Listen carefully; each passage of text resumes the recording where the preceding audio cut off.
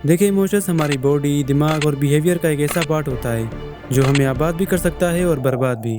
बस फ़र्क सिर्फ इससे पड़ता है कि हम इन्हें कैसे और कितनी देर तक खुद में रोक सकते हैं। इसीलिए आज इस वीडियो में हम सिर्फ और सिर्फ इमोशंस के बारे में बात करेंगे, और पूरी तरह से तो नहीं, लेकिन 70% इमोशनलेस अचीव करेंगे। क्योंकि देखें, आप अपनी लाइफ में जितना लोगों से पीछे हैं, जितना खुद को पुश करना चाहते हैं लेकिन नहीं कर पा रहे, इन सभी चीज़ों का रीज़न काफ़ी हद तक आपके इमोशंस ही हैं। बिकॉज इमोशंस ही हमारी लाइफ की वो बड़ी प्रॉब्लम्स होते हैं जिससे आप लोगों पर भरोसा करते हैं, खुद से बड़ी बड़ी बातें करते हैं और लोगों से झूठी उम्मीदें रखते हैं। देखें, एज अ नॉर्मल बीइंग आपकी तरह मैं भी उन सभी कैरेक्टर्स को कॉपी कर चुका हूँ। हाउ टू कंट्रोल इमोशंस और बी इमोशनलेस जैसी वीडियोस देख चुका हूँ, और ये पूरी तरह से जानता हूँ कि यूट्यूब की वो हाउ टू इमोशनलेस वीडियोस किसी को भी वो नहीं दिला सकती जो वो पाना चाहते हैं।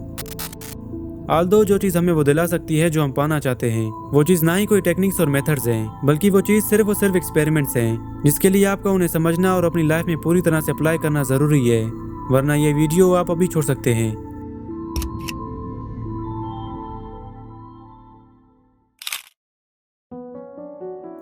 देखिए, 1960s में एक प्रोफेसर होते हैं जो चूहों पर एक साइकोलॉजिकल एक्सपेरिमेंट करते हैं। एक्सपेरिमेंट में वो दो ग्रुप के चूहों को लेते हैं और सबसे पहले ग्रुप को एक शॉक बॉक्स में रखते हैं और उन्हें शॉक्स देना शुरू कर देते हैं। लेकिन जिस ग्रुप पर एक्सपेरिमेंट हो रहा होता है उसके पास एक बटन होता है जिससे वो अपनी जान बचा सकते थे, और एक्सपेरिमेंट में वो चूहे वही करते हैं जो कोई भी जानवर अपनी जान बचाने के लिए करता है।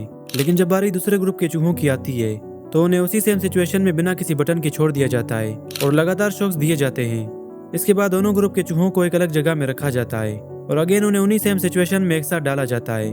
अब एक्सपेरिमेंट में जब दोनों ग्रुप के चूहों को शॉक दिया जाता है तो पहले ग्रुप के चूहे जो पहला बटन दबाकर बच गए थे, इस बार भी जम लगाकर खुद को बचा लेते हैं। लेकिन जब बारी दूसरे ग्रुप की आती है, वो अपनी जान बचाने के लिए किसी भी तरह के रिएक्शन या मूवमेंट शो नहीं करते, वो बस शॉक्स झेलते रहते हैं जब तक शॉक्स बंद नहीं हो जाते। अब चूहों के इस बिहेवियर को देखते हुए उन्हें इमोशनलेस रेट्स का नाम दे दिया जाता है और ये एक्सपेरिमेंट पूरा हो जाता है। अब अगर आप इस एक्सपेरिमेंट को गौर से देखें तो आपको उन चूहों के रिएक्शन का जवाब ज़रूर मिलेगा, जो थी होप। वो चूहे अपनी होप खो चुके थे।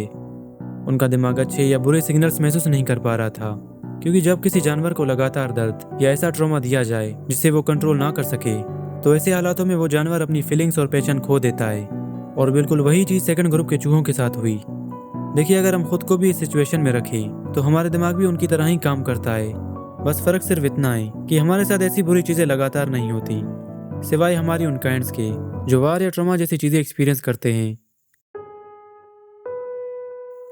देखिए, अब आसान लफ्ज़ों में कहूँ तो आप इमोशनलेस तभी हो सकते हैं जब आप बार बार साइकोलॉजिकल मेंटल पेन महसूस करें और पूरी तरह से बेबस हो जाएं। सिर्फ ऐसा एक्सपीरियंस ही आपको इमोशनलेस बना सकता है, क्योंकि हमारे दिमाग का काम करने का तरीका बचपन से ही डेवलप होता है, जिसे कुछ वीडियोस देखकर या उन वीडियो से कुछ टिप्स यूज़ करके फोर्सफुली चेंज नहीं किया जा सकता। सिंपल वर्ड्स में कहूँ तो इमोशनलेस होना बिल्कुल होप खोने जैसा है, और जब कोई इंसान अपनी होप खो देता है तो वो पूरी तरह से इमोशनलेस हो जाता है।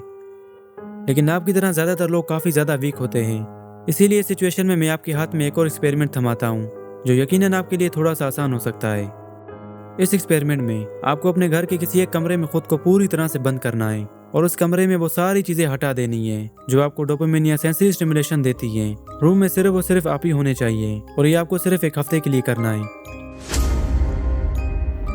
तो बताइए, क्या आप इस इंटेलिजेंस को पाने के लिए सिर्फ इतना कर सकते हैं? शायद आप इतना भी नहीं कर सकते, क्योंकि ये एक्सपेरिमेंट आपके लिए एक तरह के टॉर्चर से कम नहीं है, या यूं कहूँ तो ये एक टॉर्चर ही है जिसे 1950s में CIA लोगों की ब्रेन वॉशिंग के लिए यूज़ किया करती थी। देखें, सेंसरी डेप्रीवेशन, जिसकी मैंने आपको अभी एक्सप्लेनेशन दी, इसमें आपके सेंसेस धीरे धीरे रुक जाते हैं और वो शोर जो आप कब से दबा कर बैठे होते हैं सुनाई देने लगता है। अब अगर आप ये एक्सपेरिमेंट खुद पर लॉन्ग टर्म के लिए कर सकते हैं तो आप ट्रूली इमोशनलेस बन सकते हैं, और यही हैं वो मेथड्स जो आपको ट्रूली इमोशनलेस और EQ इंटेलिजेंस दिला सकते हैं। अब चॉइसेस आपकी हैं, मुझे तो बस आपको वो कड़वी जानकारी देनी थी जो काफ़ी क्रिएटर्स नहीं देते।